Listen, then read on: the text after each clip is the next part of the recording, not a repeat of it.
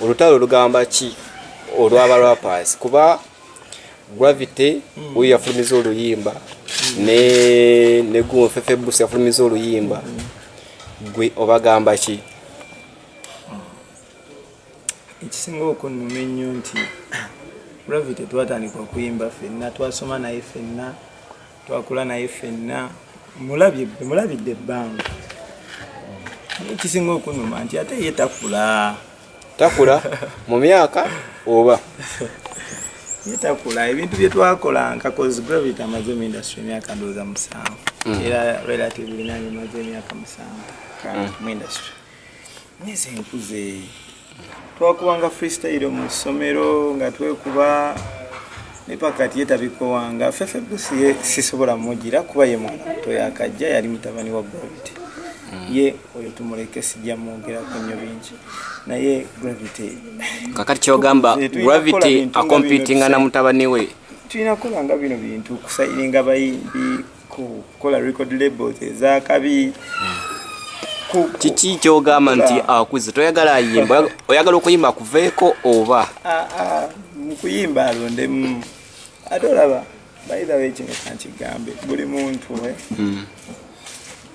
bw'aba alowooza kusamba mupiira newe mugamba nti baba emmoloka z'empaka zenyuma buli muntu atera nnyo okukola ekintu ky'aba alowooza mu dimension gy'akirowoolezaamu kyatera okukola omuntu wakeera ku makya n'alowooza n'agaaka kati kamenyo mukoze eki kati kamenyo kamuteeka mwambaze pampa kiba kitegeeza ye alowooza ng'abaana batalowooleza mu pampa singa adde alowooza nga muntu mukulu yandigambye kamenyo kamuteekeko envi ekifaananyi ekyakuluma kamenyo kyakuluma ekyokwambaza pampa ano tekyannuma naye era kiba kikiina kikiclarifyinga ku bwongo bw'omuntu we bagamba describe that photo neyakikubye ng'omuntu wakuleetera eyo posta ya Gravity gye yakola oluyimba nakugamba teebereza omuntu ono afaanana atya bw'olabako buddole nga bwambadde pampa obwongo obusooka kugamba nti yakubye ekifaananyi ekyo oba ayakirowoozezza mwana muto yes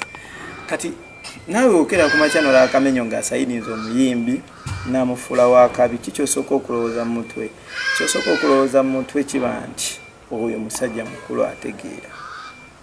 Yes, we want to leave legacy. Twagala tulekewo ebintu ebigenda okuzimba industry nebitabangawo. Rapa managingeko ku solo artist nga atayimba mikolo na mbaga.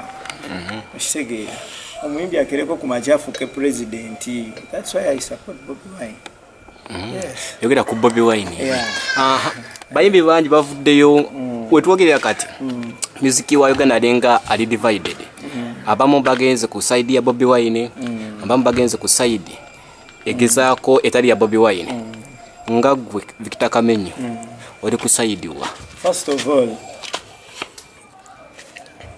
nze bokera ku macha noyogera ku family yange ekibi nsoka kutabukira gwe wakiyogedde ku family yange. Yes, first of all, Bobby Wine more supporting because he's my family.